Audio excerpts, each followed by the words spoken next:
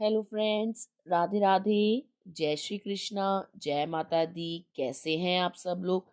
आशा करती हूँ आप सब लोग बहुत अच्छे होंगे, स्वस्थ होंगे, मस्त होंगे, अपनी लाइफ में आगे बढ़ रहे होंगे, जीवन का आनंद ले रहे होंगे। वेलकम टू टैरो संसार। आज का हमारा टॉपिक है कि ईश्वर ने आपके भाग्य में क्या लिखा है। यहाँ स्क्रीन पे आपको 3 मटके दिखाई दे रहे होंगे, डिफरेंट डिफरेंट नंबर्स के साथ। जो नंबर आपको अपनी ओर आकर्षित करे, आपके मन को भाए, आपकी इंट्यूशन जिसकी तरफ स्ट्रांग हो, आप वो नंबर चूज कर सकते हैं। आप जिसकी तरफ अट्रैक्ट हो, आप वो नंबर चूज कर सकते हैं। ये एक टाइमलेस रीडिंग है, आप जब कभी भी देखेंगे ये आपको हेल्प करेगी। ये एक जेंडर बेस्ड रीडिंग नहीं है। चाहे आप लड़की हैं, लड़का हैं, मैरिड हैं, अनमैरिड हैं, आप इसे एंजॉय कर सकते हैं। ठीक है गाइस? तो इंट्यूटिवली आपको एक मटका चूज करना होगा और आइए देखते हैं कि आपकी रीडिंग में क्या निकल के आता है, कि आपके भाग्य में क्या लिखा है ईश्वर ने। Take a deep breath. एक लंबी गहरी सांस लीजिए, ईश्वर को याद करिए और एक नंबर का चुनाव कीजिए। आई होप आपने नंबर चूज कर लिया होगा। यदि आपने 1 नंबर को चूज किया है तो आपके लिए जो कार्ड निकल के आया है वो है पेज ऑफ पेंटिकल्स। यहाँ पे अर्थ साइन बहुत स्ट्रांग है, यानी टॉरस, वर्गो एंड कैप्रिकॉन, यानी वृषभ, कन्या और मकर राशि। तो आप वृषभ राशि के, कन्या राशि के और मकर राशि के हो सकते हैं। ठीक है गाइस? तो ये कार्ड दर्शाता है कि आपके भाग्य में, आपकी किस्मत में ईश्वर ने धन लिखा है, पैसा लिखा है। लेकिन जो पैसा है वो आपको बहुत ही धीमी गति से प्राप्त होगा, बहुत ही स्लोली एंड ग्रेजुअली प्राप्त होगा। आप पैशनेट हैं अपने काम को लेकर, आप पैशनेट हैं अपने वर्क को लेकर, आप जीवन में कोई बड़ा मुकाम हासिल करना चाहते हैं, आप मेहनत करना चाहते हैं, आपने कई सारे सपने देखे हैं अपनी लाइफ में पूरा करने के लिए। आप मेटेरियलिस्टिक हैं, आप बहुत सारी चीजों को चाहते हैं, मैनिफेस्ट करते हैं। आप एक बड़ा मुकाम हासिल करना चाहते हैं, एक दौलत, शोहरत और रुतबा चाहते हैं। आप अपनी लाइफ में अमीर होना चाहते हैं और आप पैसे को वैल्यू देते हैं। ठीक है?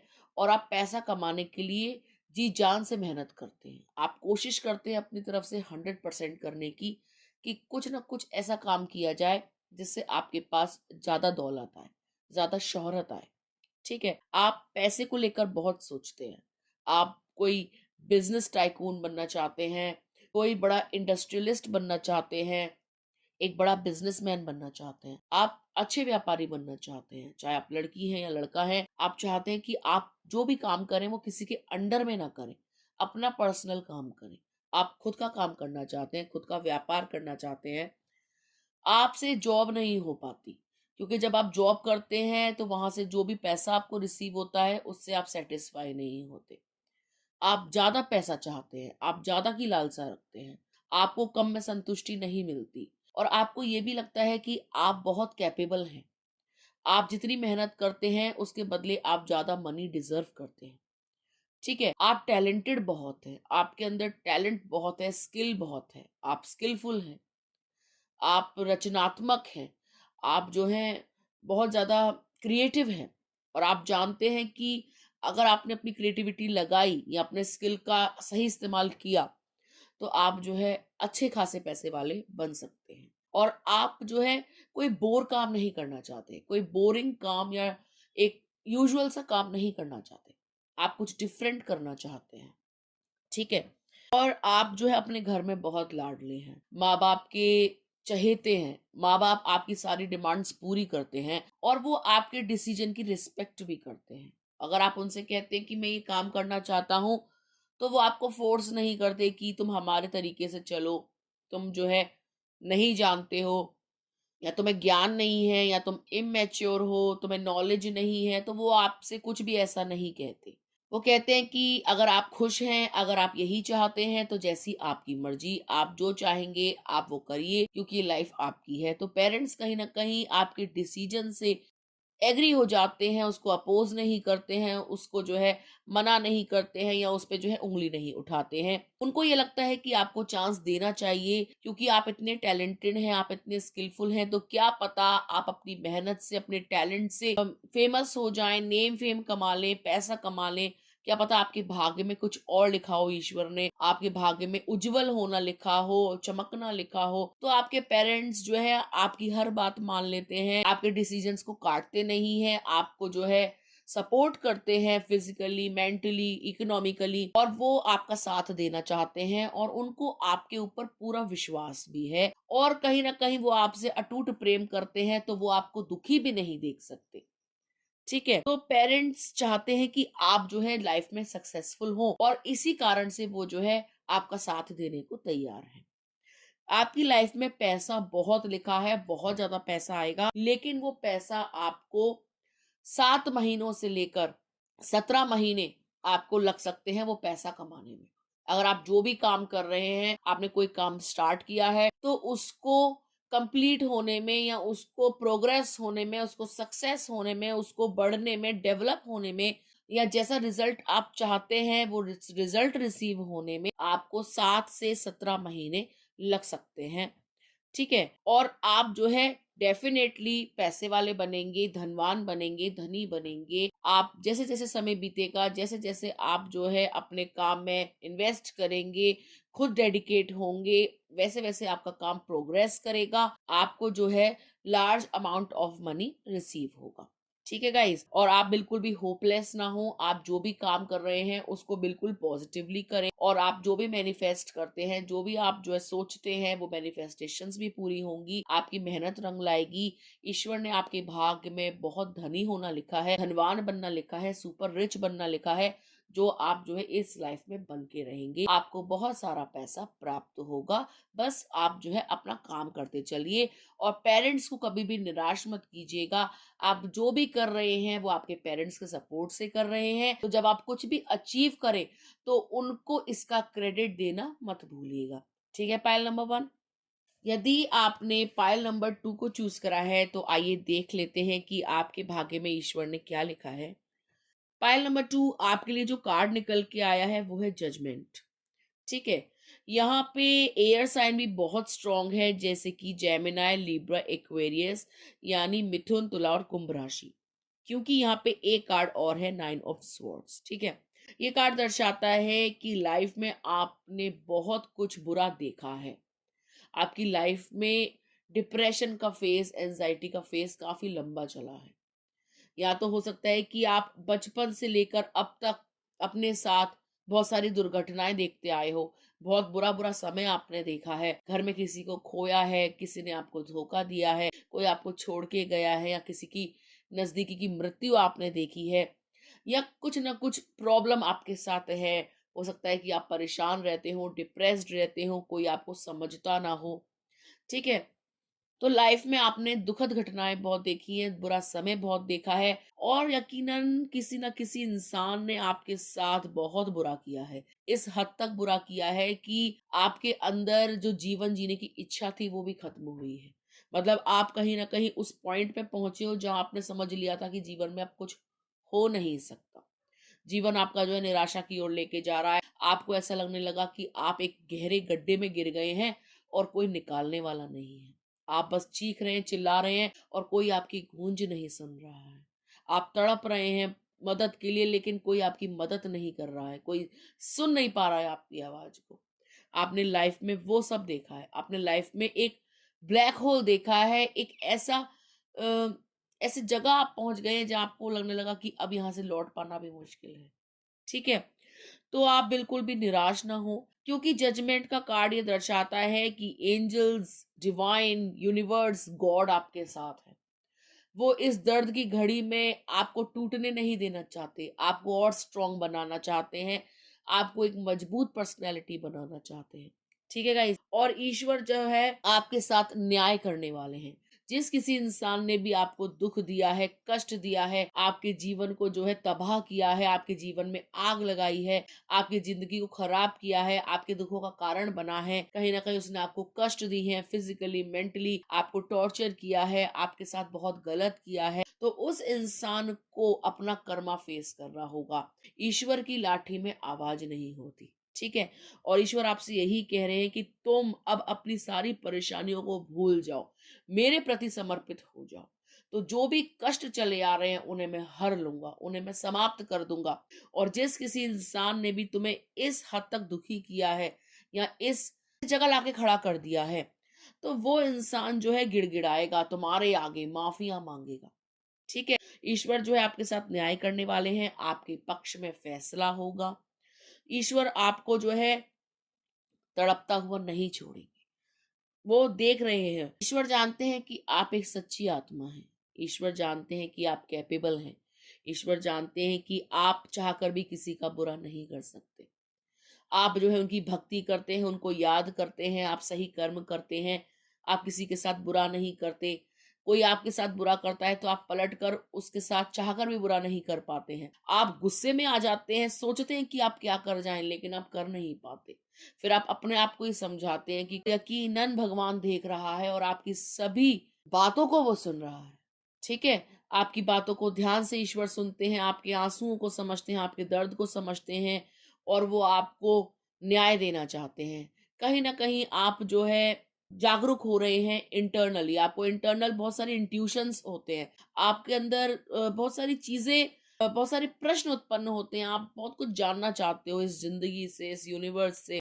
आपको ऐसा लगता है कि आपके साथ ऐसा क्यों हुआ? आपको ऐसा लगता है कि ईश्वर ने आपको इतना दर्द क्यों दिया? आपको ऐसा लगता है कि आप ही क्यों चुने गए? औरों की भी तो लाइफ है और सब लोग सुखी हैं, आप ही ने इतना कष्ट क्यों देखा? तो आप जब भी प्रार्थना करते हैं, ईश्वर से ये पूछते हैं कि प्रभु आपने मुझे इतना कष्ट क्यों दिया? क्या मेरी कोई गलती है? क्या मुझसे कोई बुरे कर्म हो गए थे? क्या मैंने किसी के साथ कुछ गलत किया था पिछले जन्म में, जो इस जन्म में मुझे इतना दर्द भोगना पड़ रहा है, ऐसे-ऐसे लोगों से टकराना पड़ रहा है, इतने कष्ट मेरे जीवन में भर गए हैं, दुःख, गरीबी, दरिद्रता, परेशानी, रोग, ये सभी मेरे जीवन में भर गया है। मैं मानसिक रूप से सुखी नहीं हूँ। मैं कुछ भी कर लूँ, लास्ट में मुझे रोना ही पड़ता है। मेरे हिस्से में कभी खुशियाँ नहीं आती। तो ईश्वर आपसे कह रहे हैं कि बेटा रो मत, मजबूत बनो। ये जो परिस्थितियाँ हैं या ये जो हालात हैं, ये तुम्हें तोड़ने के लिए नहीं आए हैं। ये तुम्हें एक मजबूत इंसान बनाने के लिए आए हैं। ईश्वर कहते हैं कि आप अपने कर्म पे ध्यान दीजिए, दूसरा क्या कर रहा है आप उसके ऊपर बिल्कुल भी ध्यान मत दीजिए। क्योंकि जो आपके कर्म है उसका रिजल्ट आप भोगेंगे और जो उसके कर्म है उसका रिजल्ट उसको भोगना होगा। अगर कोई इंसान जानबूझकर आपको दुखी कर रहा है तो उसके जीवन में भी दुख आएगा और दुख इतना गहरा होगा कि वो उससे पार नहीं हो पाएगा। ठीक है, तो ईश्वर कह रहे हैं कि आप दुखी ना हो। आपके भाग्य में दुख लिखा है, माना वो किसी के द्वारा अगर दिया गया है तो वो अवश्य दूर होगा, सुख आएगा। आप बस प्रार्थनाएं कीजिए और अपने आप को सही डायरेक्शन में लेके जाइए, ईश्वर के प्रति समर्पित रहिए। आपके जो भी कष्ट हैं वो हर लिए जाएंगे, दुख समाप्त होंगे, सुख आएगा, सुख का सूरज उगेगा, आपकी समस्त इच्छाएं पूर्ण होंगी। ठीक है, समाज में आपका सम्मान बहुत बढ़ेगा, आपको सम्मान की दृष्टि से लोग देखेंगे, आपकी रिस्पेक्ट करेंगे। और आपने जो भी दर्द है सहा है, उससे जो है लोग आपकी पहचान तो करेंगे, लेकिन नेगेटिव वे में नहीं, पॉजिटिव वे में। ठीक है, तो आप इस चीज को लेकर निश्चिंत हो जाएं कि ईश्वर आपके साथ नहीं है, ईश्वर आपके साथ है। वो आपकी सुन रहे हैं, आपकी पुकार को सुन रहे हैं, आपकी समस्त इच्छाओं की पूर्ति होगी, दुख खत्म होंगे, सुख आएगा और समाज में जो है आपका प्रतिष्ठा होगी, सम्मान होगा, आप प्रसिद्ध होंगे। ठीक है गाइस, तो ये थी नंबर 2 वालों के लिए रीडिंग। यदि आपने पाइल नंबर 3 को चूज करा है, तो आइए देख लेते हैं ईश्वर ने आपके भाग्य में क्या लिखा है। पाइल नंबर 3 आपके लिए जो कार्ड निकल के आया है वो है 3 ऑफ स्वॉर्ड्स का कार्ड। ठीक है, तो यहाँ पर air sign, Gemini, Libra, Aquarius बहुत स्ट्रांग है। प्लस यहाँ पे डेविल का कार्ड भी निकल के आया है।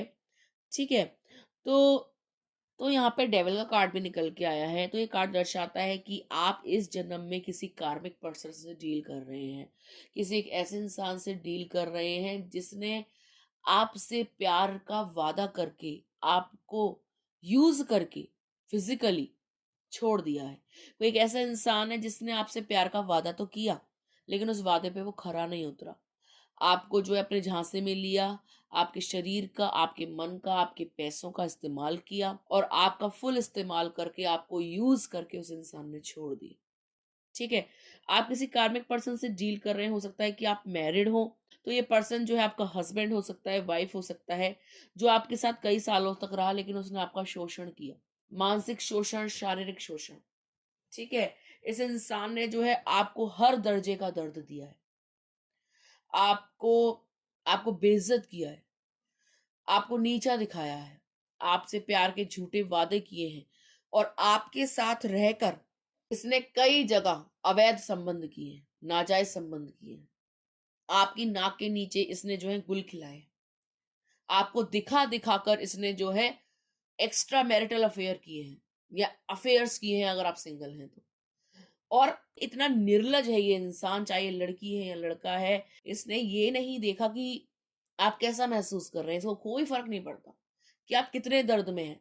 इसने मतलब आपको चिढ़ा-चिढ़ा कर अफेयर किए हैं। आपको सोशल मीडिया पे जो है उस इंसान की फ़ोटोएँ लगा-लगा कर चिढ़ाया है कि क्या कर सकते हो, उखाड़ लो जो मेरा उखाड़ लोगे। हम तो ऐसे ही हैं, हम तो ऐसे ही रहेंगे, हम तो ऐसे ही 70 जगह मुँह मारेंगे, हमें तो तुम पसंद ही नहीं हो।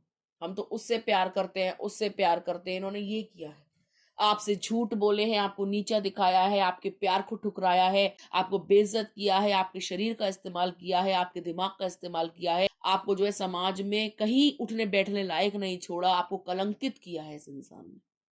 और लोगों ने जो है इस इंसान का साथ दिया है और आपको ब्लेम किया है, आपको गलत ठहराया है कि आप ये कारण जो है ये सब कुछ हो रहा है, आप ही बेवकूफ़ हैं, आपकी वजह से रिश्ता टूटा है, आप नादान हैं, आप में अकल नहीं है, आप जो है गलत इंसान के साथ डील कर रहे हो, लेकिन उसके मुँह पे उसके बारे में बोला कि आप तो बहुत अच्छे हैं, जो आपका पर्सन है वो बहुत बेकार है।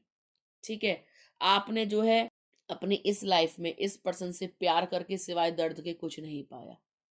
हार्ट ब्रेक, हार्ट पेन, दिल में दर्द, एंजाइटी, रोना, मार-धाड़ और अब्यूज़, ये सब कुछ आपने सहा है। ये पर्सन ने आपको कभी वैल्यू नहीं दी। ये हर बार किसी तीसरे को बीच में घुसेड़ के लाया है और हर बार अलग पर्सन। आपने जो है विश्वास किया, भरोसा किया और आपने इनको कई मौके दिए कि चलो अब सुधर जाएगा, अब सुधर जाएगा, अब सुधर जाएगी, लेकिन मजाल है ये इंसान सुधर जाए। या आपको जो है विश्वास में लेते हैं, फिर ये वही हरकत करते हैं। ठीक है? तो ये इंसान बहुत बड़ा कार्मिक है आपकी लाइफ में, जो आपको सबक देने के लिए आया है कि सेल्फ लव भी कोई चीज़ होती है। दूसरों से इतना प्यार करोगे, तो सिवाय निराशा के कुछ भी हासिल नहीं होगा। तो ईश्वर आपसे कह रहे हैं कि आपके अंदर गुस्सा भर गया है, उनको दिखाई दे रहा है। वो देख पा रहे हैं कि आप कड़वे हो गए हैं। वो देख पा रहे हैं कि दूसरों के बैड एक्सपीरियंसेस से, दूसरों के बुरा करने से, दूसरों के आपको अहित करने से आप खुद बेकार हो गए। ठीक है? वो इंसान तो मस्त है, खा रहा है, पी रहा है, घूम रहा है, हँसी-ठिठोली कर रहा है, एन्जॉय कर रहा है दूसरों के साथ। लेकिन रो-रो कर, तड़प-तड़प कर, गुस्से में, बदला लेने की भावना में आप एक कटु इंसान बन गए, एक कड़वे इंसान बन गए। आपने अपनी ऑथेंटिसिटी खो दी। जो आप ऑथेंटिक थे ना, जैसे आप थे, अब आप बिल्कुल भी वैसे नहीं रहे। आप खुद को भी पहचान नहीं पाते हो शीशे में कि आप क्या थे और क्या हो गए।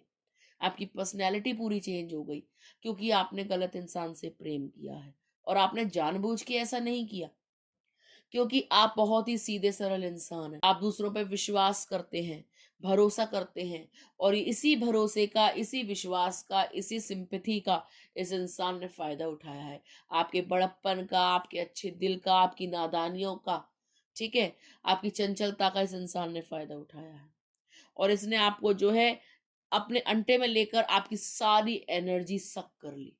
आप एक एनर्जी वैम्पायर है ये इंसान, एक डेविल है ये इंसान, ठीक है? इसने आपके अंदर से इंसान मार दिया, आपकी आत्मा आपसे छीन ली और आपको अधमरा करके छोड़ दिया। अब आप खुद को भी पहचान नहीं पा रहे हो, समझ नहीं पा रहे हो कि आपके साथ हुआ क्या है। आपके अंदर कुंठा भर गई है, गुस्सा भर गई है, आप फ्रस्ट्रेट हो गए हो, आपको छोटी-छोटी बात पर चिड़चिड़ाहट होती है, आपको गुस्सा आता है, आप रोते हो, घरवालों से भी अच्छे से बात नहीं करते हो। आप क्या थे और क्या हो गए हो। तो ईश्वर आपसे कह रहे हैं कि खुद को पहचानो। तुमने कष्ट बहुत सह लिए।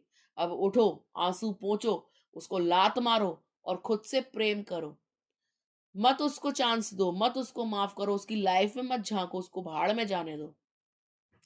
ईश्वर आपसे कह रहे हैं कि अपने बारे में जानिए, ठीक है? अपने आप को डेवलप कीजिए, अपने अंदर किसी क्वालिटी को डेवलप कीजिए, ठीक है? आप बहुत अच्छे इंसान हैं, आपके साथ कुछ भी बुरा नहीं होगा। वो इंसान आपको कितना भी छल के गया हो, आपका कुछ बिगाड़ नहीं पाएगा। आप खुद का ही बिगाड़ रहे हैं क्योंकि आप उससे अभी भी अटैच हैं, क्योंकि आप उसके लिए अभी भी रो रहे हैं, क्योंकि आपको ऐसा लगता है कि वो सुधर जाएगा, क्योंकि आपको ऐसा लगता है कभी ना कभी उसको प्यार का एहसास होगा। लेकिन वो प्यार का एहसास जगाने आपके जीवन में नहीं आया था। वो ये बताने के लिए आया था कि कार्मिक जब आते हैं, जब आपकी लाइफ में कार्मिक्स आते हैं, तो वो आपको ट्रिगर करते हैं कि आप अपने आप के बारे में जानें और आप जो है ईश्वर के और नजदीक जाएं। ठीक है, तो ये आपको सबक देके गया है जीवन का कि किसी पे विश्वास नहीं करना चाहिए, अपने आप से अधिक प्रेम किसी को नहीं करना चाहिए। पूरे जीवन में सिर्फ ईश्वर के अलावा हमारा कोई अपना सगा नहीं होता। किसी से कुछ भी एक्सपेक्ट मत करो।